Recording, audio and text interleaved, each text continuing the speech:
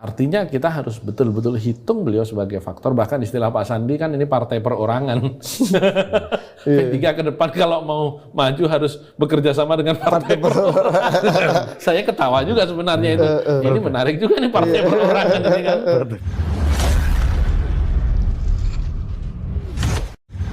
Oke, kembali lagi bersama saya di Movila, dan kali ini saya ada informasi yang sangat menarik sekali untuk kita ulas bersama atau untuk kita bahas bersama pemirsa. Di mana Ketua Majelis Pertimbangan P3 Muhammad Romahur Muzi mengatakan bahwa Presiden Joko Widodo itu merupakan pemain politik tercanggih sepanjang masa atau sepanjang reformasi Republik ini, bahkan mungkin selama Indonesia itu ada, pemirsa. Nah, Romahur Muzi itu mengatakan bahwa hal tersebut karena menurutnya semua rencana Presiden Jokowi dalam memainkan politik itu tidak mudah ditebak atau tidak bisa ditebak atau sangat rahasia sekali, pemirsa. Pria yang bisa dipanggil atau yang biasa dipanggil Romi ini meyakini bahwa walaupun Jokowi sudah lengser seperti hari ini dari jabatannya sebagai presiden, Jokowi itu tetap masih memiliki peran penting dalam pemerintahan dan perpolitikan di Indonesia sebelum program Ibu Kota Nusantara itu terwujud, pemirsa. Karena kenapa? Ya karena Jokowi sudah berjanji akan mewujudkan cita-cita Soekarno atau pendahulu kita untuk membangun ibu kota baru yang namanya IKN. Dan bahkan IKN bukan cuma hanya keinginan Soekarno saja, tetapi melainkan presiden sebelum-sebelumnya juga sebenarnya ingin menggarap proyek tersebut. Tapi sayangnya tidak kesampaian, pemirsa. Dan bahkan banyak ulama dulu juga yang menyarankan untuk perpindahan ibu kota itu ke Kalimantan memang. Jadi antaranya itu ada Syekh Zaini bin Abdul Ghani atau yang kita kenal Guru Sekumpul, pemirsa. Dan beliau pun juga bercita-cita ingin memindahkan ibu kota tersebut. Dan beliau masyhur. Nah, kemudian Mas Romi itu membocorkan, pemirsa, perbincangan dirinya itu dengan Pak Jokowi terkait langkah politik Pak Jokowi ke depan. Ya seperti apa perbincangan Romahur Muzi dengan Pak Jokowi tentang perpolitikan Pak Jokowi ke depan, langkah-langkah Pak Jokowi ke depan. Nah, ini sangat seru sekali, pemirsa, untuk kita bahas bersama atau untuk kita dengarkan terlebih dahulu sebelum kita bahas bersama. Dan mari kita simak terlebih dahulu langkah-langkah Pak Jokowi ke depan yang dikenal dengan partai perorangan. Saya kira menarik ketemu dengan Pak Jokowi itu sesuatu yang pastilah, namanya juga mantan presiden. Tetapi satu hal yang saya melihat bahwa beliau menegaskan akan tetap konsisten di jalur politik, dan itu dibuktikan. Dibuktikan. Saya mengatakan karena tanya ke saya kesibukan Mas Romi apa, saya balik ke bisnis Pak sama ngurusin pendidikan gitu. Bapak ngurusin pendidikan lah, gabung lah Pak di sini. Ngurus ayam gue lihat Mas Romi. Di antaranya di antaranya ngurus peternakan ayam lah, pabrik furniture, macam-macam lah gitu. Akhirnya saya tanya sama beliau, Bapak ngurus pendidikan lah Pak. Ini kan menyiapkan generasi ke depan. Udahlah, pendidikan itu serahkan aja ke ahli-ahlinya lah. Kalau sampai menekuni itu ya sudahlah di situ. Saya tetap akan di politik saja gitu. Jadi kata Pak Jokowi. Iya, tetap akan di politik. Jadi itu saya kira konsisten dengan apa yang dilakukan sekarang. Turun di jurkam-jurkam pilkada. Itu kan itu jelas-jelas ngurusin politik ya. Bukan konsultan politik maksudnya. Kalau konsultan kan menarik bayaran. Ini kan pro bono. Iya, betul. Hobi-hobi itu. Jadi gimana cerita awalnya, dikontak terus? Ya, dikontak. Apa aja yang dibicarakan? Dikontak dulu. Ini ada kaitannya dengan total politik nih. Gimana? Wah, ini menarik ini. Kalian mesti ini juga apa namanya? Introspeksi juga. Tobatan nasional.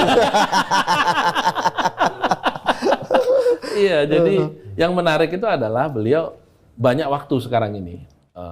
Kemudian banyak nonton podcast. Di antaranya podcast Total Politik. Wah, ini sur juga kalian kan? Antara sur sama itu tuh bisa sur, bisa juga I'm watching you. Hati-hati lu.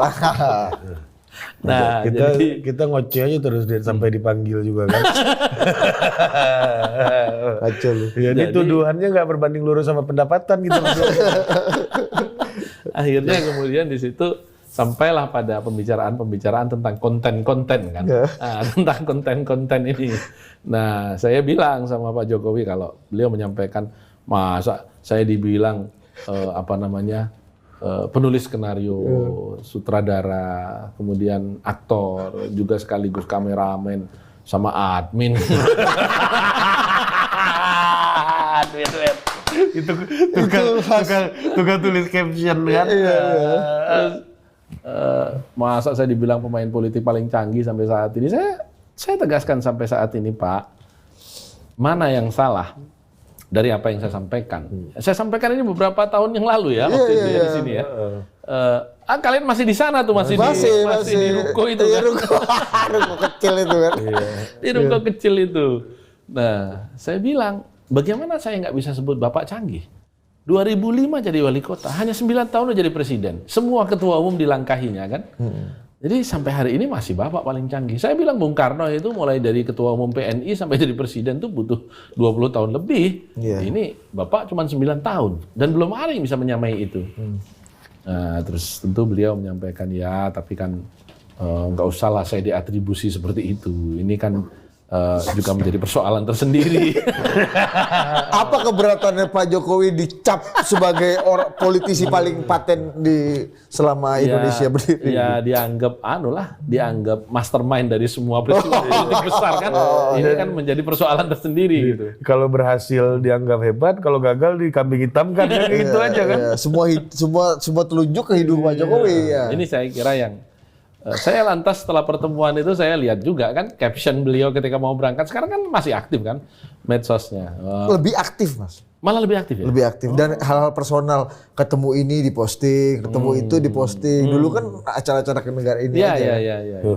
Saya lihat memang kemudian saya baca kan captionnya ketika akan berangkat. Ini kan hari Minggu, dua hari Minggu yang lalu kan. Iya. Minggu kemarin, saya lihat tulisannya saya akan mencoba bertemu dengan sahabat-sahabat lama gitu kan. Oh, ternyata saya melihat Pak Jokowi sedang melakukan langkah untuk reuni, untuk rekonsiliasi, untuk ya back sebagai commoners ya, back to commoners ya, menjadi orang biasa yang mudah bertemu dan bertemunya juga tidak memakai protokoler, juga tidak di tempat yang sulit dijangkau gitu ya. Untuk ukuran seorang mantan presiden, mantan orang nomor 1 ya di Indonesia, saya kira cukup mudah lah untuk bertemu dengan Pak Jokowi itu. Rekonsiliasi berarti ada yang direkonsile dong berarti. Gus, apa Ya maksudnya? kan Berarti ada yang pecah kemudian coba dilem-lem pakai ya, paling tidak kita kemarin kan tidak sesuai arah dengan dukungan capresnya Pak Jokowi kan. iya, Itu udah paling pokok lah di situ. Makanya saya klarifikasi juga sebenarnya kemarin itu komunikasinya gimana. Bisa kemudian di ujung ada dalam tanda petik saya sebut arahan lah gitu. Untuk kita dukung atau tidak mendukung gitu. Nah, rupanya ada miskomunikasi juga di situ. miskomunikasi itu tidak sengaja ada salah interpretasi atau memang disalahkan interpretasinya? Nah, ini tergantung dari siapa yang menafsirkan dan tergantung siapa yang menyampaikan gitu.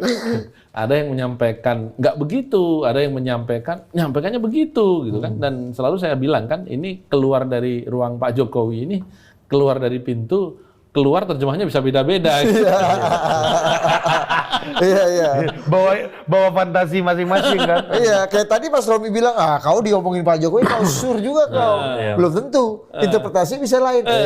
Gue ngawasin dulu. Bisa gitu kan Mas. Jadi Mas Romi mengajukan keberatan juga atas apa yang telah terjadi selama ini. Artinya saya katakan bahwa ini saya istilahnya minta pertanggungjawaban Bapak juga nih.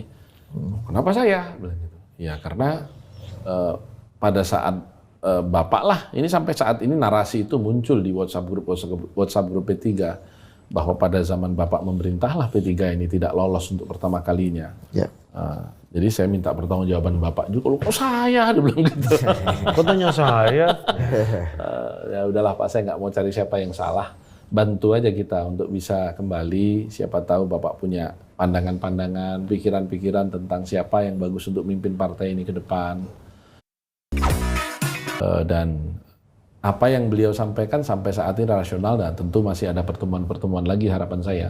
Masukan dari orang yang pernah 10 tahun mengendalikan politik nasional dan sekarang masih setengah mengendalikan ini kan penting. Ya.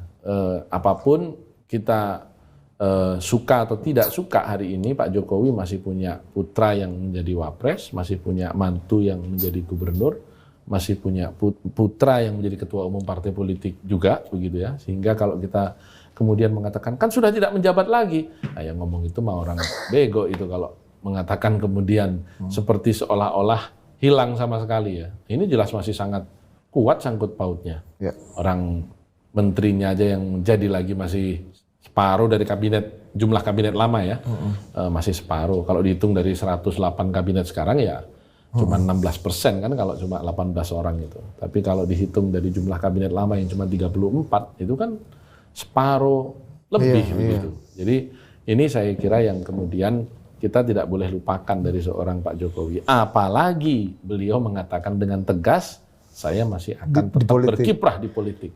Itu dia. Berkiprah ya. Ya, berkiprah di politik. Iya. Jadi nggak membayangkan Pak Jokowi seperti Pak SBY yang jadi pelukis, penyanyi, bikin album, begitu nggak kepikiran tuh ya.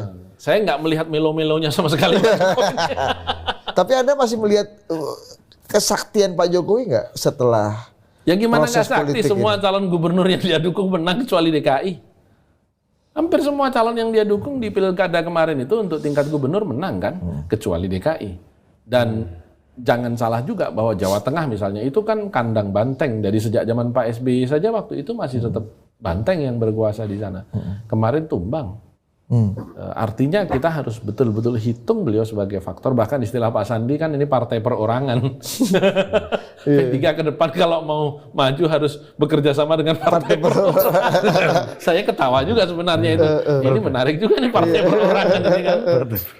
Iya. Iya kan kemarin rame tuh parcok ya kan. Kalau ini partai perorangan ya. Parong ya.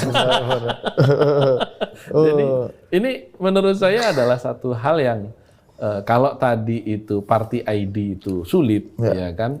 Apa personal ID ya yang lebih mudah ya? Tokoh ID. Nah, tokoh ID itu lebih mudah. Nah, Pak Jokowi kan ketokohannya masih Tokoh sangat ID-nya kuat begitu. Untuk mencapai level pengikut medsos atau follower yang segitu banyak, itu hanya bisa dilakukan oleh orang yang pernah menjadi presiden kan gitu. Iya. Dan dia pertahankan itu. Dan dia masih membuktikan kesaktiannya itu di pilkada kemarin. Dia masih buktikan. Jadi kalau ada gini Mas, kemarin itu kan orang banyak juga yang termasuk Bahkan kemarin DKI juga sedang atau bukan sedang ya, hampir hampir di hampir terancam dua putaran kan, karena angka 50,07% itu kan kemarin gugatan yang mau disampaikan ke MK itu kan gugatan yang menghitung angka perolehan itu tidak dari suara sah. Oh, bukan angka selisihnya ya? Bukan selisihnya gitu. Oh, Jadi tapi, 50,07 ini saya memang belum mendalami banget ya, tapi kurang lebih itu dihitung dari suara pram, suara RK plus totalnya ya, plus suara tidak sah. Oke. Nah, gugatan ke MK itu mau dihitung dari suara yang sah saja. Oh. Nah, Iya, kalau dihitung dari total suara, gugatan di MK itu menghitung total suara. Kalau dihitung dari suara yang memilih Mas Pram dan Pak RK saja, itu sebenarnya masih 46%. Oh, Kalau jadi the whole suara gitu ya? Kalau dihitung dari the whole suara, Mas 46%. Pram plus Pak RK plus suara tidak sah, itu 46%. Oke, itu yang mau digugat? Nah, itu mau digugat. Terjemahnya harus begitu, maksudnya suara sah atau tidak sah itu 50%. Tapi kalau dihitung hanya dari yang sah memilih Pak Pram atau memilih Pak RK, memang sudah 50% lebih. Nah, kalau kemarin gugatan itu, gagasan itu muncul, sempat muncul. Iya, sudah dikatakan oleh udah statement terbuka kan. Profesor Dasko juga kalau nggak salah udah bilang ya, waktu itu kan kemungkinan akan ada 2 putaran apa, dan kita juga dengar kalau logika hukumnya kayak gitu. Tetapi kemudian apa yang saya mendapat informasi bahwa memang Presiden menyampaikan bahwa sudahlah ini apapun ini bertarung sudah seperti ini, nanti daripada panjang-panjang lagi nggak kunjung stabil. Pak Prabowo itu kan pikirannya harmoni banget. Harmoni banget. Lihat cara beliau menyusun kabinet. Jumlahnya aja dibanyakin untuk mengakomodir semua elemen, semua kebutuhan, semua keinginan, semua permintaan gitu. Kabinet 100 menteri ini ya berarti. 108 ini kan. Jadi dari situ saja sudah kelihatan bahwa Pak Prabowo itu sebenarnya bukan orang yang suka bermusuhan, berhadapan. Yang penting rangkul dulu, karena bahasanya yang saya terima informasi dari orang-orang yang sekarang juga kemudian menjadi anggota kabinet, Pak Prabowo ingin semua urusan politik, pernah saya sampaikan di sini juga, itu selesai sebelum beliau menjabat. Sehingga ketika menjabat, fokus beliau adalah ekonomi. Tapi kan di politik merangkul itu kadang-kadang ada yang merangkul agak tulus, ada rangkul monyet ini Gus. Rangkul monyet itu mana? Rangkul gigit. Bisa ada juga kayak gitu. Iya, atau sambil nyakar gitu ya. Tapi Tandanya sih belum terlihat. Iya, kalau Fenomenanya juga belum Pak Prabowo muncul. kayaknya itu ya. Iya. Rangkul diayomi kan. Iya. Betul kan. Beda Dan kan. apa namanya, gaya itu sebenarnya memang gaya apa ya? Gaya aslinya Pak Prabowo ya begitu. Iya. Betul-betul merangkul. Ya makanya itu terlihat bahwa banyak orang-orang sekitarnya yang bertahan lama sama Pak Prabowo kan. Ada yang udah 20 tahun, Ya. 15 tahun, Ya. ada yang 30 tahun. Nggak mungkin kalau nggak dirangkul dan diopeni bertahan selama itu. Kalau rangkul gigit nggak mungkin tuh ya. Apalagi rangkul gigit, udah kabur itu pagi-pagi. Iya bener. Rangkul doang nggak digigit pun lari. Iya betul Itu ya. turnover tinggi pas itu Udah Mas pasti kalau tinggi. itu ya. Rangkul tapi nggak diopeni Lari juga, ya. meskipun agak lama. Iya. Nah, kalau rangkul gigit minggu depan pergi dia. Jadi, ini sudah terlihat. Dan itu watak. Iya. Ya, karena kalau watak dia nggak akan berubah. Termasuk cawe-cawe kan Pak Prabowo pernah pidato di PAN waktu itu ada lu juga di acara itu ya. Bilang pilkada tuh gua nggak urus lah. Lu mau siapa aja yang bertarung kita nanti berdamai lagi kita membangun bangsa lagi. Ya. Maksudnya aku nggak cawe-cawe gitu lah. Iya. Anda percaya nggak kemarin? Percaya saya. Saya sangat percaya soal hal tersebut karena memang Prabowo itu persoalan bangsa ini terlalu besar hanya sekedar dihabiskan waktu untuk bermusuhan. Tapi ada juga kan pemimpin yang sukanya itu memang bertarungnya itu. Ini soal adrenalin. Adrenalin. Hobi antara hobi. Kemarin masih itu cerita Gus sama Pak Jokowi. Nah, Pak Jokowi menyatakan kalau sudah. Kan politik masih di politik. Masih di politik. Terbukti jadi jurkam pun sukses kan, akurasi tinggi kan. Akurasi masih tinggi dan saya kira nggak bisa kita kemudian menafikan ya karena kan sebahagian besar pejabat utama Pak Prabowo masih orang-orang yang kemarin menjadi pejabat utamanya Pak Jokowi, Kapolri, Panglima TNI. Tapi emang kasusnya Jaksa Pak Agung. kasusnya dalam kasus Pak Jokowi ini kan beliau berhenti jadi presiden kan by law, Bos. Iya, bukan Bukan by keinginannya. by law harus stop. Harus toh mau nggak mau. By nature gimana by nature? By By nature kan tadi aku Masih. masih aktif di politik. Iya. Itu by nature tuh. Iya. Bener kan? Lu mau lihat Jokowi by law apa by nature? Iya, karena kalau by nature Pak Jokowi De jure sama de facto iya lah. benar. Iya, ada juga. By law sebenarnya kalau Pak Jokowi tetap aktif di politik, kalau dia punya partai atau jadi pengurus partai kayak Pak Prabowo, kayak Ibu Mega, kayak Pak SBY, By pasca punya nature. tugas dia memang mengurus partai kan di politik juga. Tapi By istilah nature yang itu kemarin disampaikan Pak Sandi setelah politik bertemu perorangan. dengan Pak Jokowi. Partai perorangan. Nah, partai perorangan itu menurut saya gambaran dari bahwa Pak Jokowi tidak berencana masuk partai politik manapun. Kalau nggak akan ada kalimat partai perorangan itu. Saya ditanya sama beberapa media menyampaikan, Mas, ini kan Pak Jokowi sudah diberhentikan nih dari partai lamanya. Kira-kira mungkin nggak jadi ketua umum P3? Karena ada pengamat politik yang mengusulkan Pak Jokowi menjadi ketua umum P3 begitu ya. Saya jawab ke teman-teman media sederhana bahwa dalam pembicaraan saya, beliau tidak ada rencana masuk partai politik tertentu. Bahwa kemudian nantinya berubah, ya saya nggak tahu. Tetapi setidak-tidaknya saya tanya juga, ternyata beliau belum ada rencana untuk masuk ke partai politik tertentu. Apalagi menjadi ketua umum ya. Karena bahasa beliau, ya alhamdulillah saya nggak jadi ketua umum juga 2 kali jadi presiden. Mas. Kalau gitu. Menurut saya itu menarik. adrenalin pembuktian itu kan. Aku bukan Ini- siapa-siapa, aku Kalau- bisa. Kalau jadi presiden bisa 3-4 kali. Jadi ketua umum. Artinya apa? Ini kan next level game. Iya. Iya. Ya, permainan di lantai 2 kan. Dan gitu. Mas Romi yang omongin kan, Mas Romi kan bilang ini kayak permainan Street Fighter, Mortal Kombat. Liu Kang versus ya kan, Scorpio, Liu Kang Lu versus jangan ngomong Sub-Zero. Mortal Kombat, kelihatan banget generasi lu. Lama-lama Liu Kang versus Liu Kang. Dosisnya naik terus kan? Iya, Oh, ini dosisnya bisa. naik. Yang paling Mas Romi yang bilang yang loh. paling tinggi Samsung loh. Yang mengidentifikasi. Ini Pak Mas. Jokowi udah ngelawan. Samsung versus Samsung. Ya udah Samsung versus Samsung. Dua-duanya bisa berubah-ubah. Menurut saya menarik. Dua-duanya bisa berubah. Dan karena itu watak, itu Ya seperti apa komentar kalian pemirsa, tulis di kolom komentar terkait dengan bagaimana Pak Jokowi, langkah-langkah Pak Jokowi ya tentang perpolitikan Indonesia ke depan. Ya seperti yang disampaikan oleh Pak Romi atau Bang Romo Hurmuzi pemirsa. Dan buat pemirsa sekali lagi jangan lupa tekan tombol subscribe-nya ya biar kalian juga tidak ketinggalan informasi-informasi terbaru dari channel ini, dan subscribe Mobil A pemirsa. Dan salam demokrasi dan salam NKRI.